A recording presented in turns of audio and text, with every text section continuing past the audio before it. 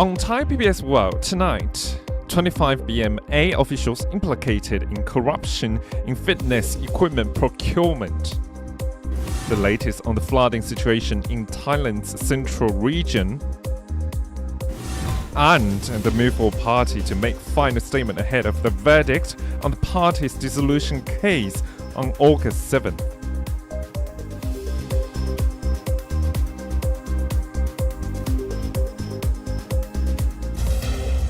Good evening and welcome to Thai PBS World Tonight. I'm Nabuna. I'm Frank Kanshi. We have a lot of stories to talk about today because whether it's in corruption, politics, and even social media dramas as well, and the weather. So a lot to go through.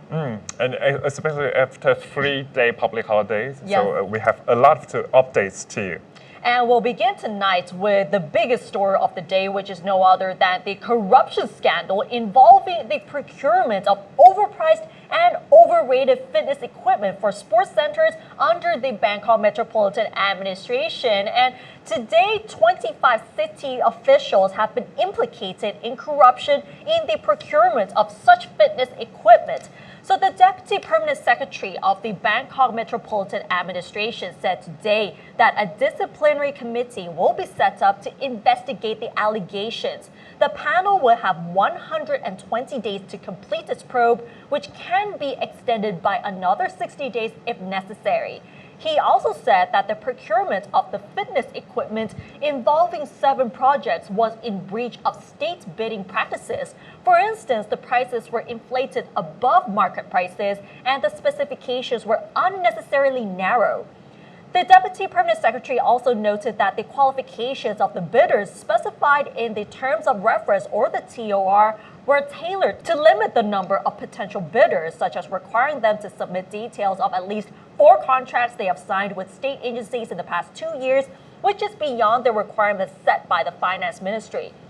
And out of the 25 officials implicated in the scandal, one of them had already resigned, but he also said that the 24 officials are not in the same department and not in the same unit either, but all of them are responsible for the procurement projects. But to give you a bit of a background of what is going on with the procurement scandal, it actually dates back to June.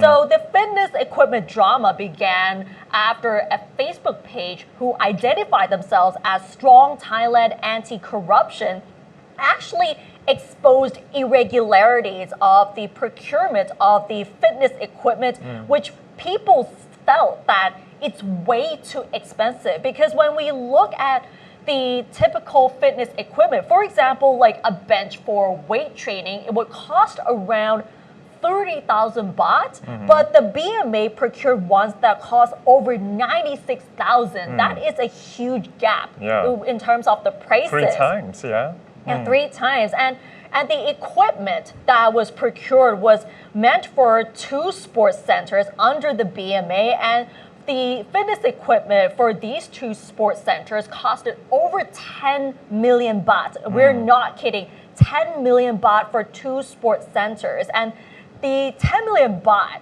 that is used to buy these equipment, it's already high to begin with. And not only that, the same Facebook page also exposed that there are also procurement of fitness equipment for 7 other sports centers under the BMA as well. And because of the irregularities that have been exposed, this has prompted the Bangkok Governor Chatat Sithipan to launch an investigation into these procurements. Because if we look only at this year, if we look at the procurement plans, the plans to procure the fitness equipment for 9 projects totaled about 77 million baht already. And people have said that this is just way too high for just sports centers under the BMA. In conclusion, as in what you said, it's 9 sports centers have been involved in this irregularities.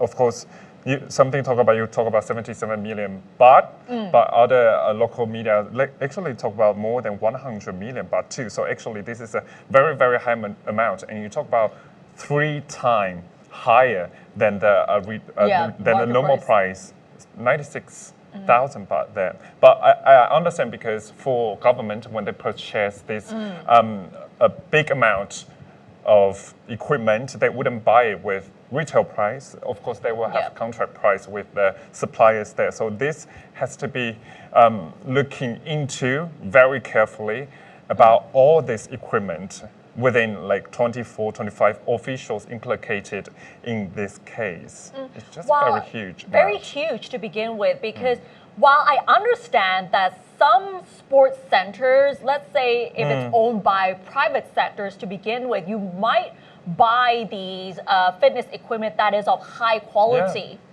We understand that. But for the government to invest in the fitness equipment for sports centers, that's quite skeptical, because that budget can be used for other things that can actually improve the quality of life of those living in Bangkok, or even improve the parks or transportation or even the pavements. The budget can be used for other things. It doesn't have to be only for the fitness equipment. I understand the price might be higher, as in they want to have this sport equipment sustained for many people to use in the public. But this is just too high, 3 times high. It's not acceptable, I think. Right. So we'll wait and see for the results. Even though like 25 officials have been implicated, but the probe is not over yet. Yeah, and 120 days to go. So of course they can extend for another 60 days, but we need the investigation result as soon as possible to see that. And next topic, we talk about weather, because I just came back from Pattaya. So during the weekend, I understand that the rain was really, really strong. Yeah. And it's not just in Pattaya, in central region too. So now let's move to the flooding situation in several provinces in Thailand. Residents in the municipal area of Chanthaburi's Mueang district are being advised to brace for flooding today and tomorrow, as more rainfall is anticipated and runoffs into Chanthaburi River are yet to reach the township. The Director of Technology and the Hydroinformatics Institute noted that both Chanthaburi and Tra provinces are already awash due to continuous rainfall since July 12th, leaving no capacity to absorb additional precipitation, citing the over 300 millimeters of rain which fell on the 2 eastern provinces in just 24 hours on July 27th. To avoid possible flooding today or tomorrow, he said, officials must try to drain water from the diversion canal at a rate of 300 cubic meters per second, so they will have capacity to accommodate the runoffs expected to arrive in the Chanthaburi River. He said water retention areas must be made available to store water drained from the diversion canal, aiding that if the municipal area can get through the critical period today and tomorrow, it may be saved from flooding because the rain is forecast to ease off in August.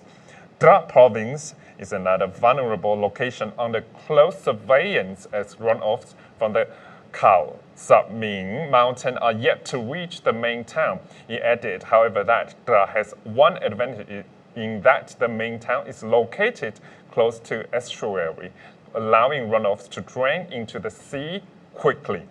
The worst case scenario is the arrival of the runoffs coinciding with a high tide. Riverside residents will face flooding as it will be difficult for water to drain into the sea. Meanwhile, hundreds of residents in Prachinburi province had to evacuate early Monday morning when runoffs from Khao Yai National Park swept through their village, following heavy rainfall in the mountains areas over the past several days. 3 popular waterfalls in the park were also closed to tourists due to strong currents. Emergency workers say that strong currents, the rising water level measured at about 2 meters in some areas, darkness, and the electricity supply to the village still being connected or pose obstructions to the evacuation effort.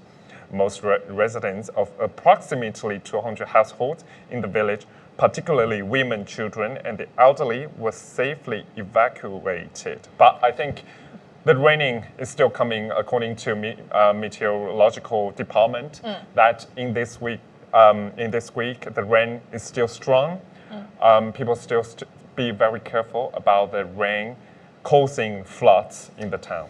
Yeah, and many of the provinces have experienced continuous rainfall, and it has led to flash floods in several provinces, especially in the central region. So we have to be very vigilant at this time, and even people in Bangkok, because if you look outside today, it looks really gloomy and very cloudy, and we just need to be careful at all times, especially if you're commuting through the public transport. Although it's the raining season, of course, we understand this is the raining season, but people still have to be careful. As in, actually yesterday in the afternoon, I was in Wat Arun and took the boat, crossed over to Wat Po, and because the rain was too strong, so we have to wait a little bit on the shore. So people have to be careful and vigilant about the rainfall there. Exactly. And now let's move on to Thai politics.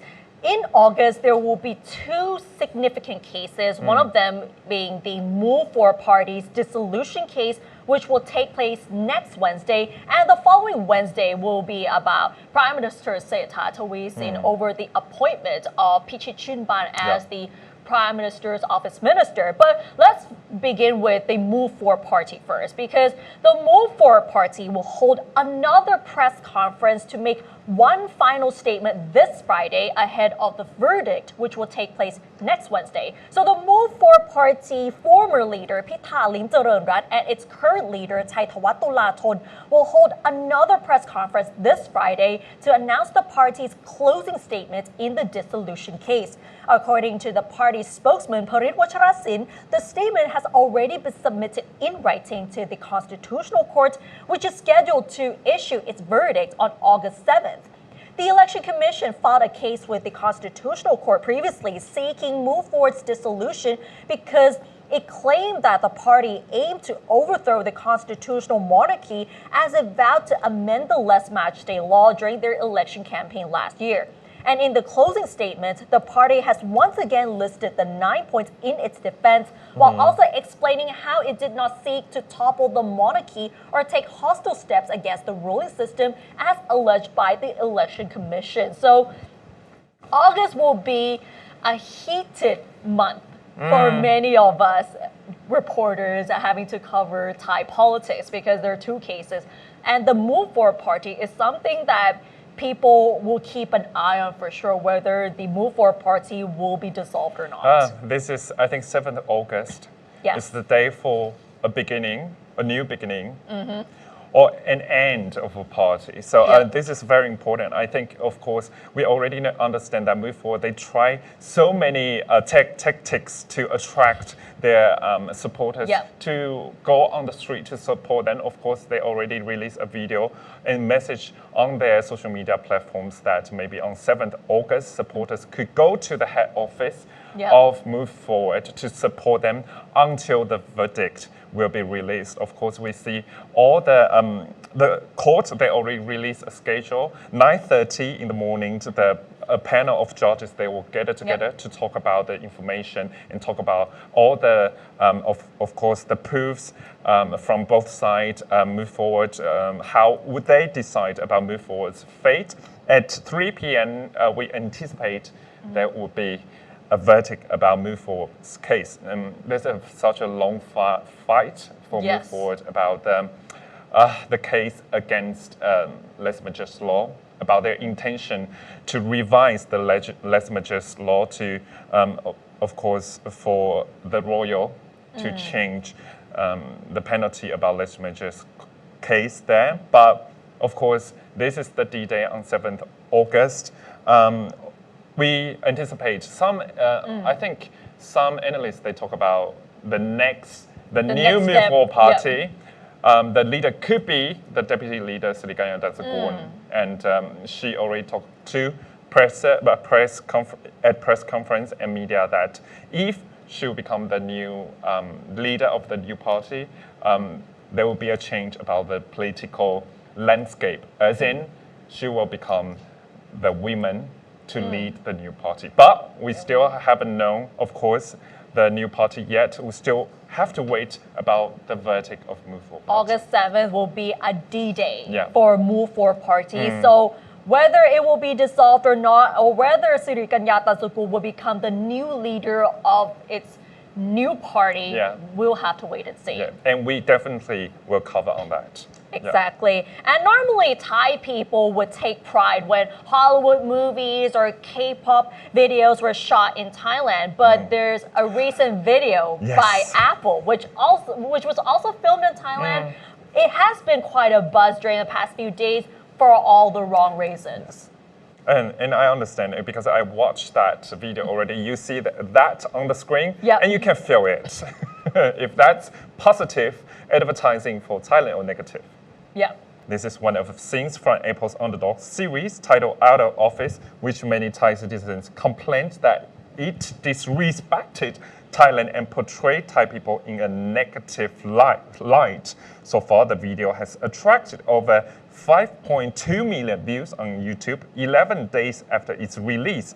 The advertisement sparked significant outrage and harsh criticism.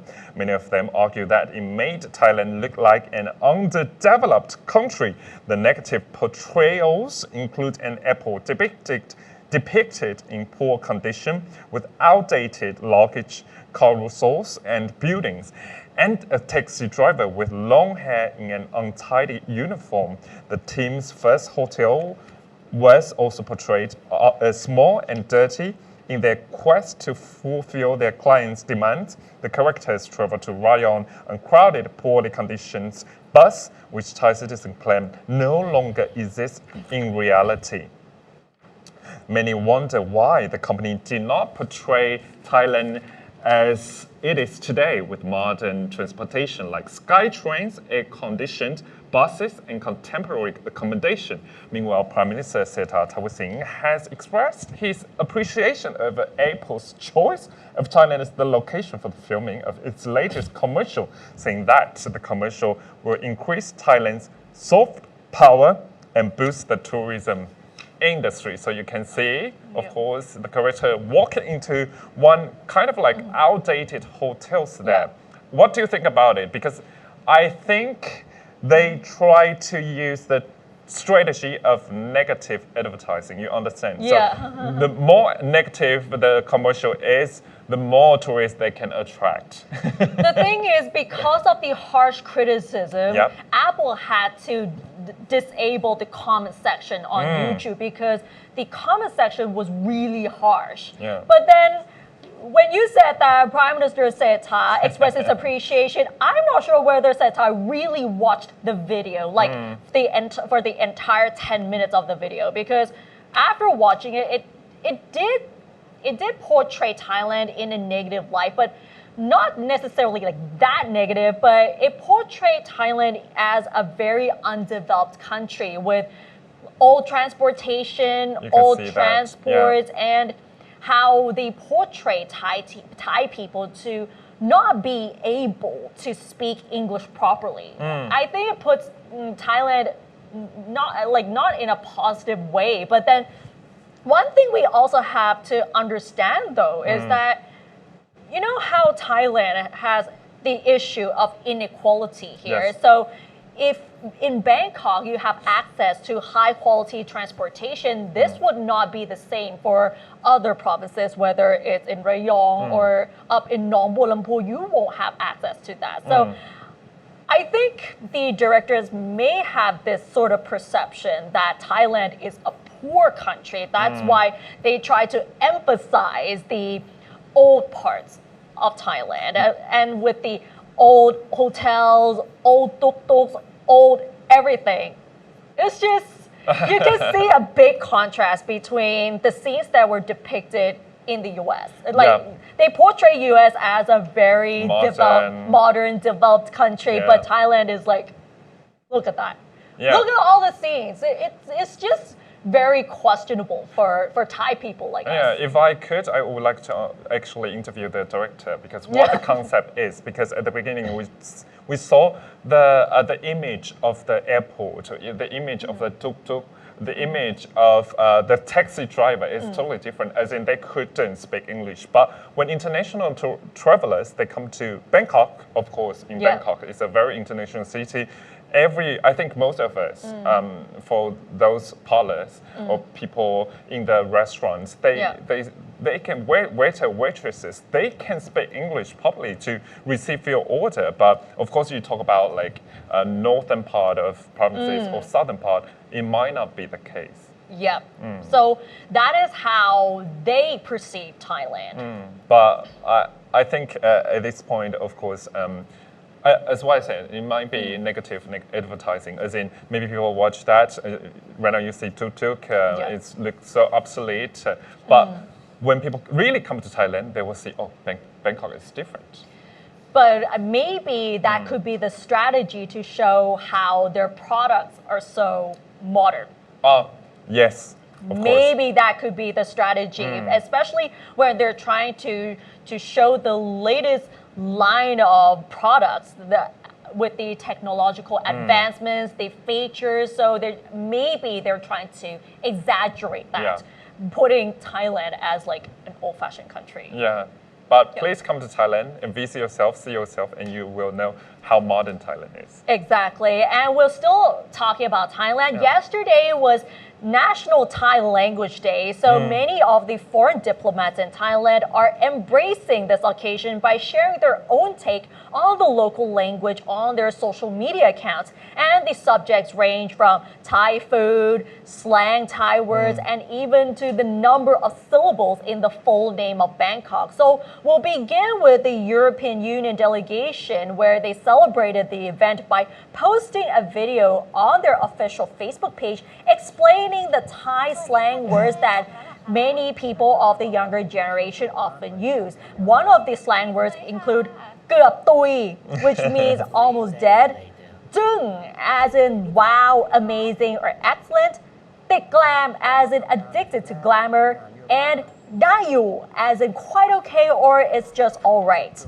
And just to explain a bit though, the word "Kuap tui" is something that many people love to use. It's kind of a modification of the original word, which is "Kuap tai," which means, oh, we're nearly dead, or we nearly died after doing this. So it is often used in a light context to express the feeling of achievement after overcoming a difficult situation. So that is how they celebrated Thai Language Day by the EU. And now let's move on to the British ambassador to Thailand, Mark Gooding. He celebrated the day by reviewing Thai food in Thai language. And the items on the menu include durian crisps, noodle with pink sauce, and fish balls. Thai people call it yetafo. And there are also like Tokyo mini pancakes and steamed sticky rice with banana fillings. And the program is called Aroi Mak Mak, which is a homophone of his English name Mark. And mak means very in Thai, and aroi mak mak means very, very delicious. And this is how Mark Gooding celebrated Thai Language Day. So he reviewed a very popular Thai snacks on his Facebook. And to be honest, I think the ambassador's Thai is pretty good. Exactly, very good. And we really enjoyed watching the video yesterday as well. And the U.S. ambassador to Thailand, Robert Godek, also joined the event by singing Bangkok's full name in Thai. That is really difficult. That's a very difficult task to do. And the central theme was the question, how many syllables are there in Bangkok's full name? The video ends with, can you guess how many syllables there are? But no one was quite sure of the exact number. And what is really interesting, though, is that both the US and EU embassies also featured the famous Yadom, or these herbal inhalers that are popular among Thais. Because if you watch the video really carefully, after the US ambassador was singing the song, he was smelling the inhaler. Right. Yeah. And looking at other embassies, the Australian embassy in Thailand also posted a video of how Aussie diplomats use Thai language in their daily lives. And you can see some of them trying to sing, ask for directions in Thai language, as well as ordering food, and even doing timetables in Thai language as well. And that was really fun to watch. And The Singaporean embassy in Thailand also posted a video challenging their employees to guess the meaning of common Thai slang such as haiso, soy, or even slangs that sound similar to each other such as te, and tep. Can you guess what they mean? I know te, but te and tep, I don't know what that means. Okay, so that is the challenge that they did at the Singaporean embassy in Thailand. So just to explain a bit, National Thai Language Day it was officially designated by the Thai government in 1999, and it coincides with the anniversary of King Robert IX's speech at Chulalongkorn University on July 29, 1962, which emphasized the importance of the Thai language. The aims are to promote the use and proper understanding of Thai language, encouraging both native speakers and learners to appreciate its nuances and beauty. So Frank, since you've been here in Thailand for many years, do you think Thai language is a difficult language? I think it's pretty difficult for Westerners, but for me, I think it's fine because my mother tongue is Chinese, Mandarin Chinese. So actually, sometimes words links together, and we have the intonation too. So it's quite easy for me actually. Okay. And because I have you too, so I can I can speak Thai with you. But for example, the te you talk about te, and this one. Tep. Oh wow. Because it sounds really similar, right? So very similar. So the answers are te. It means cool. Te means like to pour something out. So let's say to pour water or any sort of liquid. But if it's a slang term, te means to dump somewhere or dump something. But tep is like some sort of god, and if you put it as a slang, it means this is something like awesome. So these are the slang terms that Thai people use. But for the Singaporean embassy, they highlighted the common Thai slangs, while the European Union emphasized the slangs that are quite common amongst the youngsters today. I think for beginner who wants to learn Thai, this is the difficulty you have to cross because it's very, very difficult, especially for Western because they sometimes, of course, we use Roman alphabet to write it, but when you really pronounce it, it's totally different. Adding the intonation in. So go to learn Thai if you want to stay in Thai. Exactly. But it's like if you actually got hold of learning Thai, it's not going to be that hard anymore. It's going to be fun to learn as well. All right, and that wraps up tonight's edition of Thai PBS World Tonight. Join us every Monday and Tuesday at 6 p.m. on Thai PBS World's Facebook and YouTube Live. And don't forget to follow us on social media and our website, thaipbsworld.com, for all the latest updates about Thailand as well as analyses. Thanks for watching, and we'll see you next Monday. สวัสดีค่ะ สวัสดีครับ